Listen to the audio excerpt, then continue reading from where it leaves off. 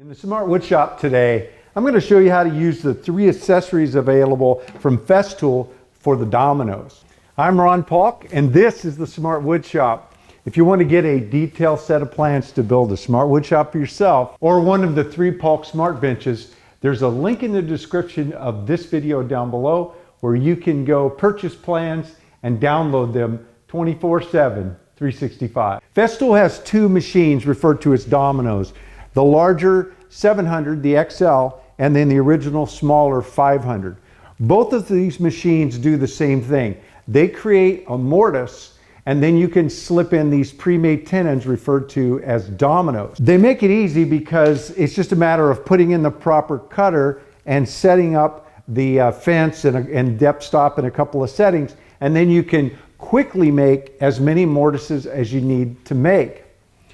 To speed them up though, there's a few accessories. The first one is a support bracket, and these go on the bottom of the domino. By the way, all of these accessories are the same for both. So if you have both machines, you really only need one set of the accessories. So the support bracket goes on the bottom, and all it does is extend the surface for keeping your domino stable. Another way this comes in handy is if you're plunging in the side of a panel and you're resting the fence on the top, this narrow edge, in this case 18 millimeters.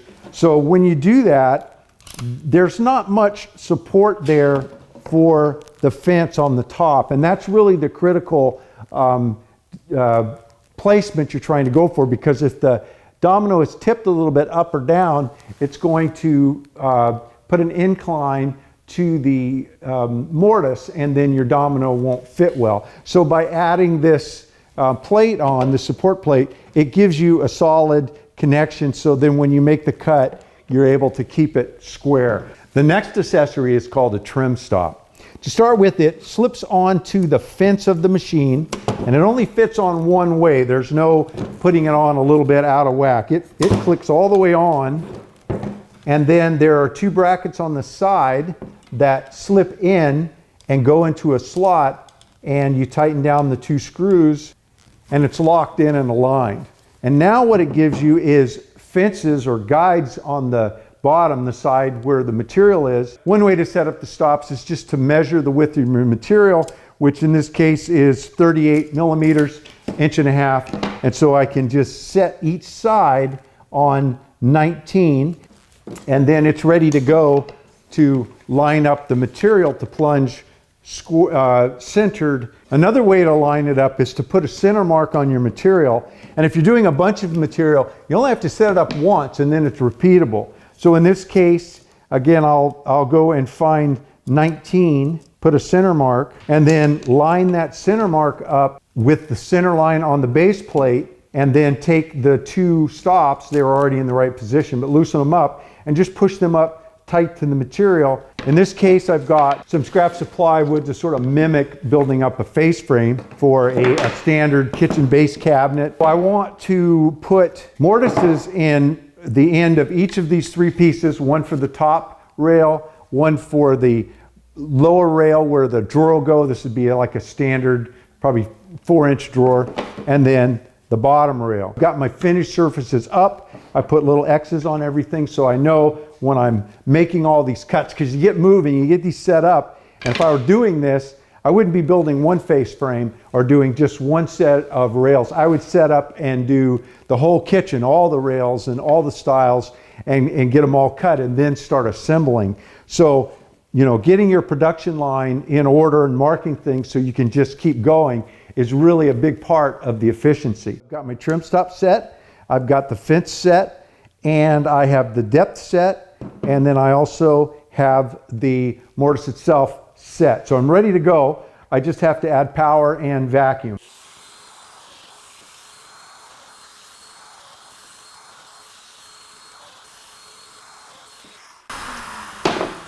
Now I'll make the 3 mortises in each of the styles. I don't need the cross stop anymore for that. Now the beauty of this is it only fits on the machine one way. There's no adjustment to that. And I've got this locked in for this style rail material. If I have to go back and do more, I don't have to reset that up. I just have to clip it back on the machine.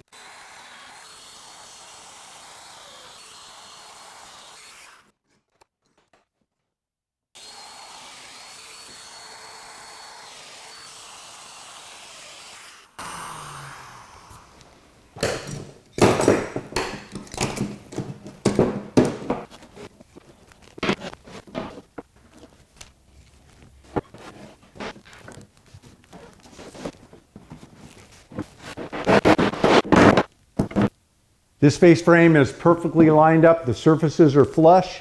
The top edges and the bottom edges are flush. The drawer is lined up where it needs to go. Of course, I would have glued the tenons and I'd clamp it together, but this is one strong, accurate face frame and really fast to make. These are the cross stops. They attach to the base of either machine. There's a little dovetail design. They just drop on. Again, no adjustment. They fit in one place only, and then there is a clamp you push and that locks them in. The cross stop's sole purpose is to help you align your mortises along a long length of material, and they do that very well. These pins push in, they're spring loaded, and there's scales on both of these, so you can set up these pins so they're in the exact same location. In this case, I have these two panels that I want to join together. I could and have in the past just come in and know that I'm going to use the pins that are on the base to set the first one in at 37 millimeters to the center. And then I could just randomly make marks. I wouldn't have to really measure and then go at those marks from both sides with the machine. What this allows you to do is start on one side and go in a direction and just step them off so they'll just line up so you don't need to make marks. Now again, I always mark the surface of the material that I'm cutting from.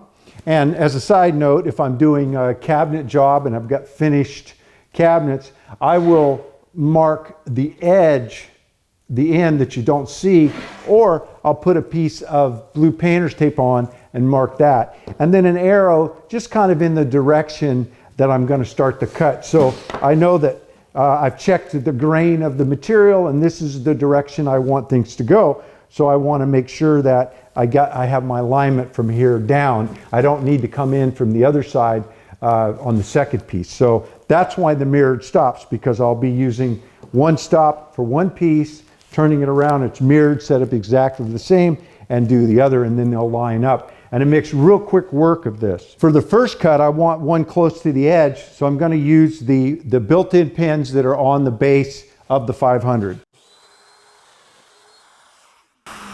Now once I have the first one cut, I have that slot here, and this pin is going to reference in that slot. I'm going to pull it tight to that end, and that'll line up the next cut.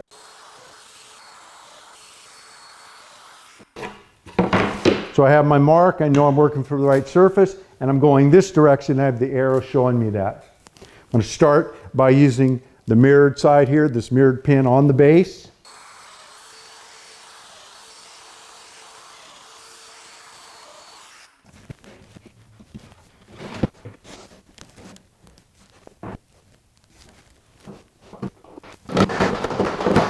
These finished panels are perfectly aligned on the top surface, and they are flushed up top and bottom. So you can see if I put glue in the dominoes and the mortises and then I clamp these together, it'd be really difficult to see that joint, particularly if I did my job right as a cabinet installer and made sure I matched the grain as close as possible. It's my opinion that these two machines, these two dominoes, are already the most accurate, efficient way to make a mortise and tenon joint. Also, I think that it's pretty clear that these accessories help make them even that much more efficient so you can get the job done a little bit quicker. By the way, Festool isn't sponsoring these videos. They don't know that I'm making these videos. These are just two machines that I use a lot, and I really find them to be of a great value in my workflow in remodeling and construction. And I just want to share what I know about the machines and how I use them with you in this series that I've done on the Domino. So if you want to see the rest of those videos as they come out, make sure you subscribe. Also, if you want to support the channel, there's a very easy way, and that is to take a millisecond and click on that thumbs up. Thanks for dropping into the Smart Wood Shop. Now let's get out there and make some sawdust.